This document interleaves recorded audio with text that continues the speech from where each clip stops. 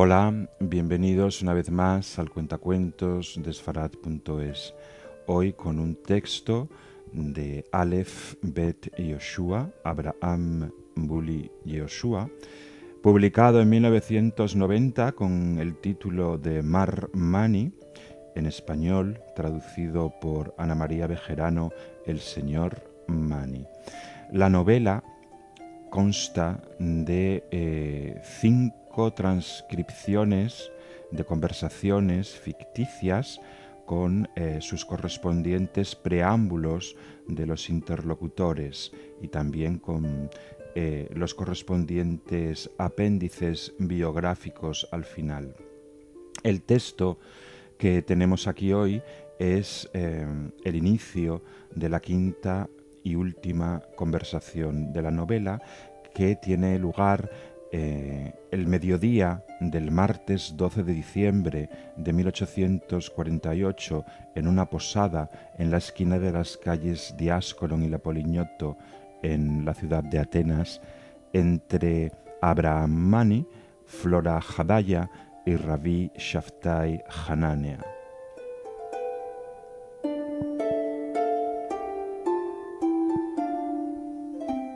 Abraham Mani, 49 años, nacido en Salónica, Turquía, en 1799, hijo de Yosef Mani. El abuelo de Abraham, Eliau Mani, era el proveedor de forraje de la caballeriza de los genízaros del ejército turco. Con 5 grandes carros seguía a las unidades del ejército turco en compañía de los numerosos miembros de su familia, que incluía 2 mujeres y 2 jóvenes rabinos encargados de enseñarles la Torá a sus hijos. Ante los primeros rumores del estallido de la Revolución Francesa, su fino olfato de hábil comerciante le dijo que se avecinaba un momento de profunda convulsión en Europa, donde sus servicios como proveedor de forraje de la caballería serían muy solicitados, por lo que empezó a desplazarse hacia Occidente. En 1793, al tener noticia de la ejecución de Luis XVI, cruzó el Bósforo con intención de dirigirse a Europa y se detuvo en Salónica, donde encontró una floreciente comunidad judía. Su apuesta no tardó en efecto en dar sus frutos, pues gracias a la inestabilidad política y militar, el volumen de sus ventas aumentó considerablemente.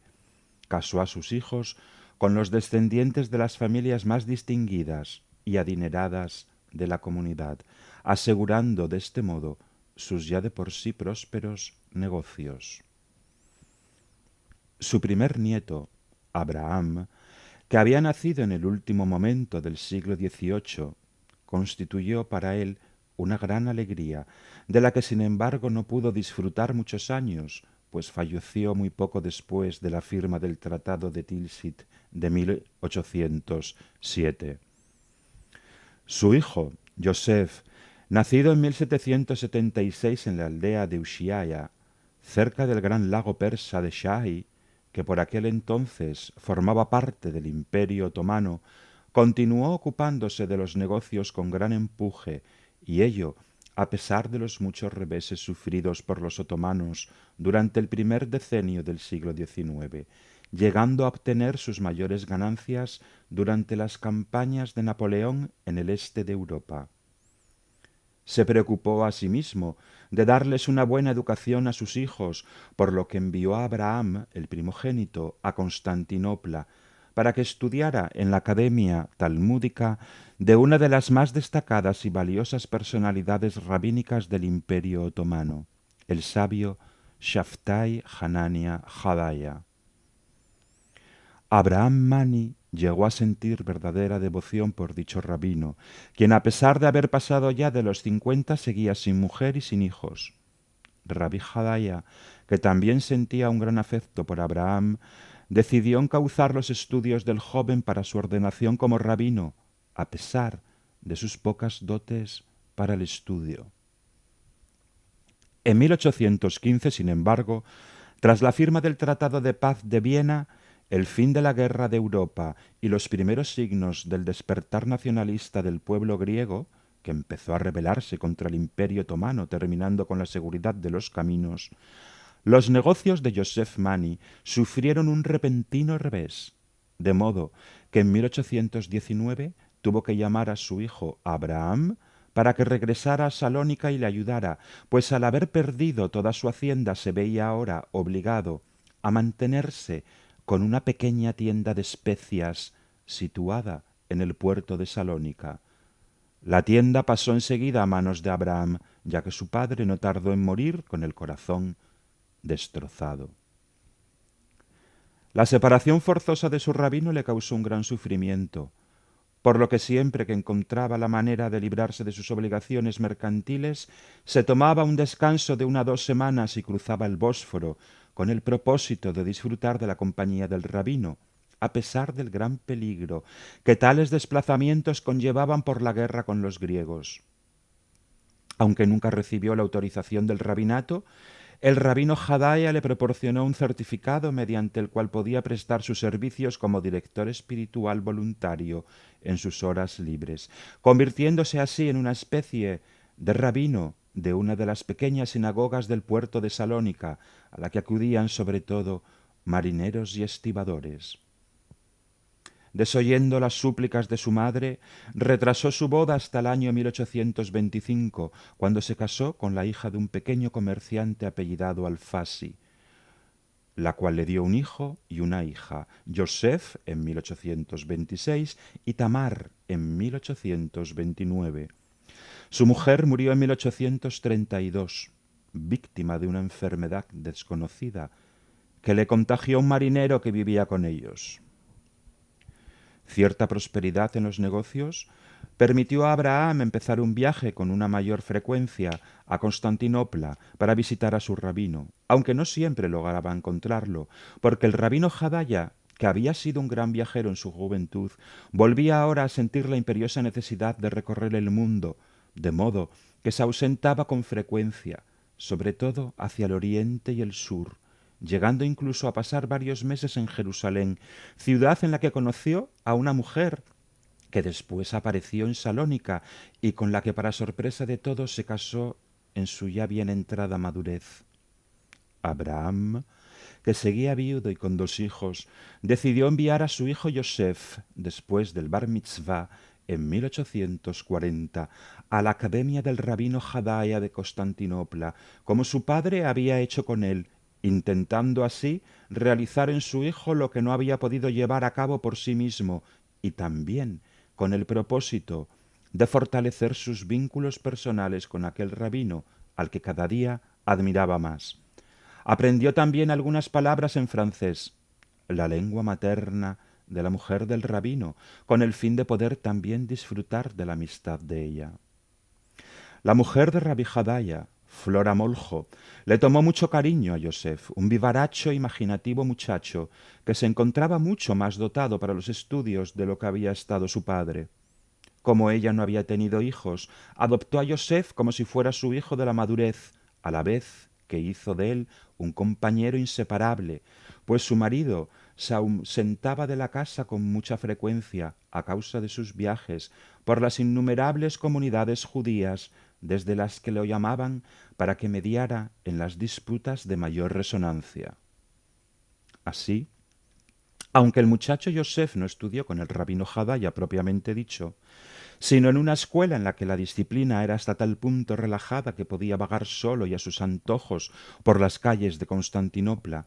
prefirieron todas las partes que permaneciera en casa del rabino. Su padre,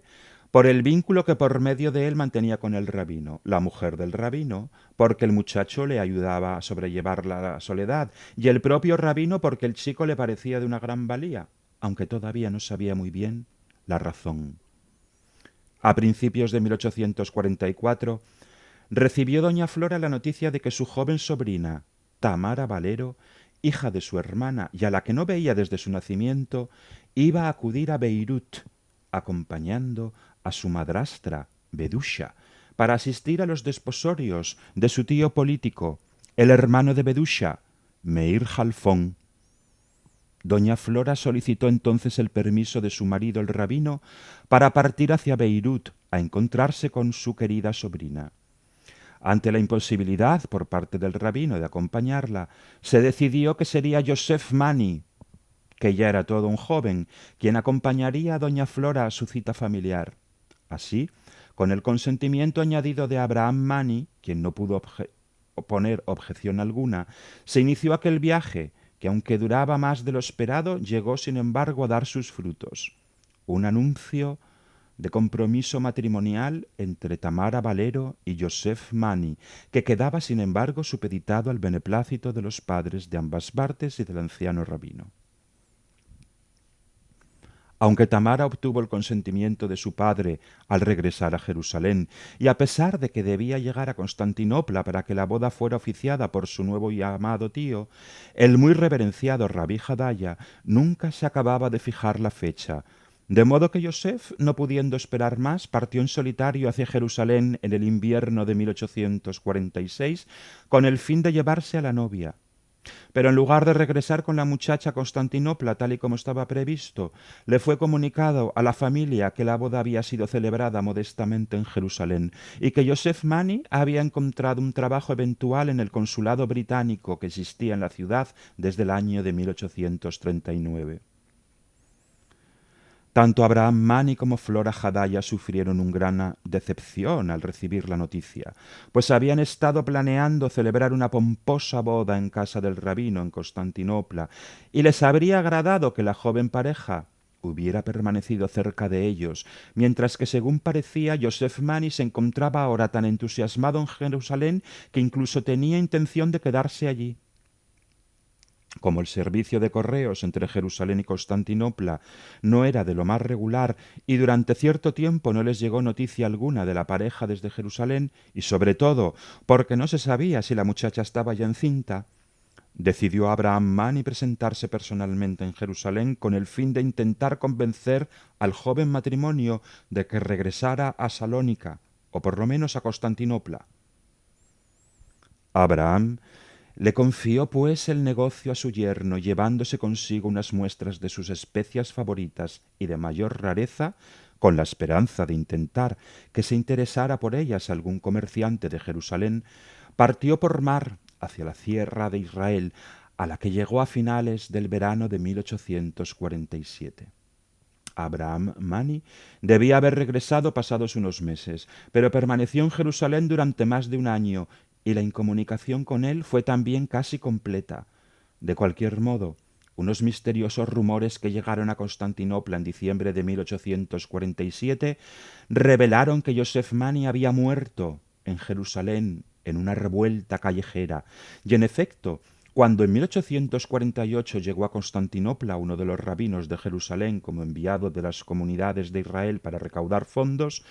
confirmó el rumor del asesinato de Yosef Mani y contó que su padre, Abraham Mani, se había quedado con su nuera Tamara hasta que naciera el nieto que de ella esperaba. La primera mitad del año 1848 la pasaron el anciano Rabí Jadaya y su esposa Flora seriamente preocupados por la falta de noticias de Jerusalén, especialmente por desconocer la fecha en la que tenía que nacer el niño. De cuando en cuando, sin embargo, recibían saludos de Abraham Mani y alguna que otra noticia, pero siempre tan vaga y confusa que de nada les servía. Hasta que de pronto, un día, con el encendido de la primera vela de Hanukkah, se presentó Abraham Mani en la posada de Atenas, en la que se hospedaba desde hacía unas semanas, muy gravemente enfermo, el rabino Jadaya.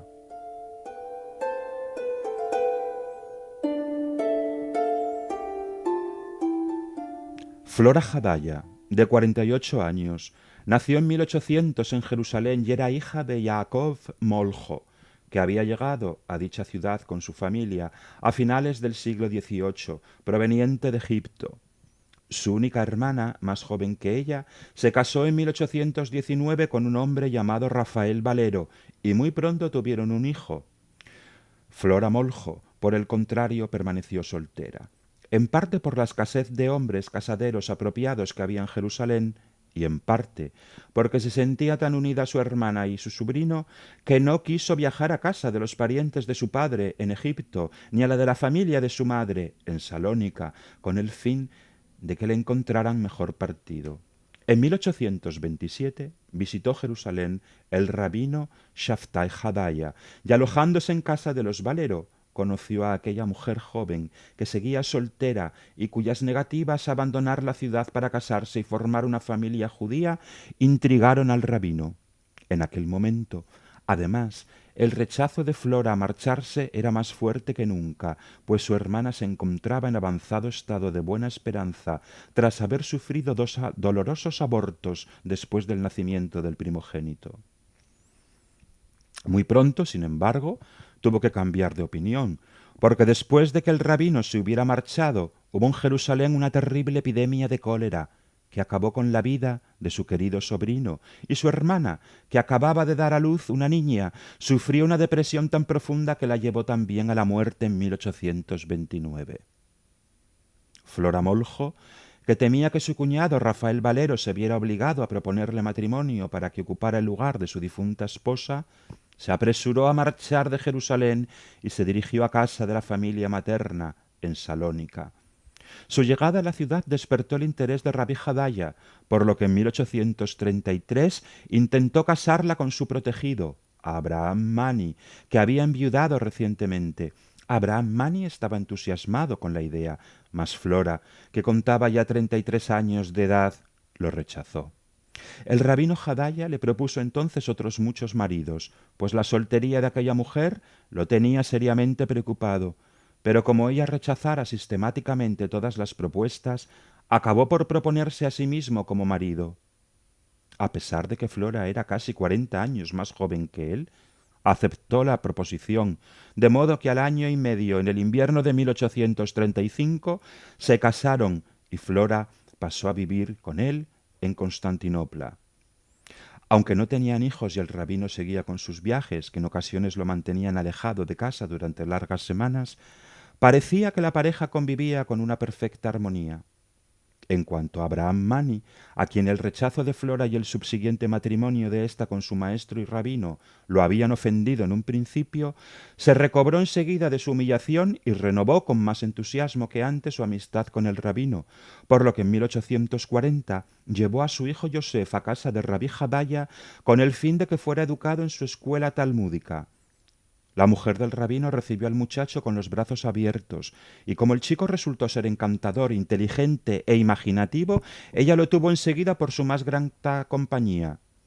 En las temporadas durante las que el rabino estaba de viaje, se le pidió a doña Flora que el muchacho viviera con ella en la casa para que lo vigilara, pues se había convertido en un joven muy independiente y aventurero que aprovechaba las ausencias del maestro para vagar libremente por las calles de Constantinopla.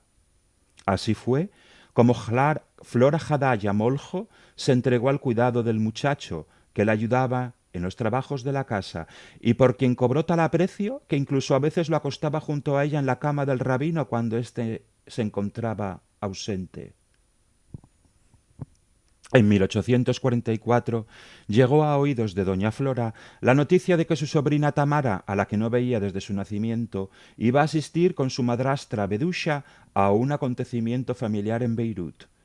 Enseguida se le ocurrió la idea de aprovechar el viaje de la sobrina para intentar casarla con su querido Yosef y fortalecer así los vínculos con él. Recibió, pues, el beneplácito del rabino para partir hacia Beirut en compañía de Yosef, así como el permiso del padre de éste, Abraham Mani, quien recibió con gran entusiasmo la idea de vincularse a la familia de su venerado Rabí Hadaya, aunque fuera de una manera indirecta. En Beirut se sucedieron las reuniones al respecto, y aunque Yosef dio grandes muestras de entusiasmo ante aquella posible boda, la novia parecía reticente sin que revelara claramente el motivo. Los jóvenes, presionados por las incansables negociaciones de doña Flora, apoyada a distancia por Abraham Mani, que seguía viendo este matrimonio como una forma de mayor acercamiento a su admirado maestro, llegaron, pues, en 1845 a un apresurado compromiso matrimonial. Tamara regresó a Jerusalén en principio, con la intención de prepararse para la boda que, según lo planeado, se celebraría en Constantinopla, pero muy pronto dejaron de tener noticias suyas y de la familia, y las escasas e imprecisas cartas que Joseph Mani recibía parecían apuntar a que éste, como futuro marido, debía acudir a Jerusalén para conocer a la familia de la novia y su ciudad natal. Así fue como, en 1846, Joseph Mani partió para Jerusalén, desde donde durante cierto tiempo no se supo nada de él, hasta que un día llegó la noticia de que los dos jóvenes no habían esperado a llegar a Constantinopla, sino que se habían casado en Jerusalén y que Joseph Mani incluso había hallado trabajo en el consulado inglés. Flora Hadaya y Abraham Mani, doblemente abatidos porque la boda no se hubiese celebrado en Constantinopla y por encontrarse tan lejos de la joven pareja, decidieron en 1847 viajar juntos a Jerusalén para visitar a sus parientes y con la esperanza también de lograr convencerlos para que regresaran a Constantinopla. Mas como Rabí Hadaya no viera con buenos ojos aquel viaje en común, Abraham Mani se vio obligado a partir él solo. Una vez en Jerusalén, en lugar de regresar con el hijo y la nuera, desapareció por un tiempo sin dar ningún tipo de explicaciones, hasta que se supo que aquel silencio tenía su origen en la desgracia del asesinato de su hijo y que se había quedado a esperar el nacimiento de su nieto. En 1848 decidió el rabino Hadaya, que a la sazón había pasado ya de los 80 años, salir para Jerusalén en busca de Abraham Mani, mas en el viaje sufrió una embolia cerebral que le provocó la pérdida completa de la capacidad de hablar. Esta invalidez obligó a su mujer, que era casi 40 años más joven que él, a dedicarle toda su atención, con el fin de intentar mediar entre él y el mundo, un mundo que seguía resultándole digno de respuesta, que sin embargo ya no era capaz de expresar sin la ayuda de ella.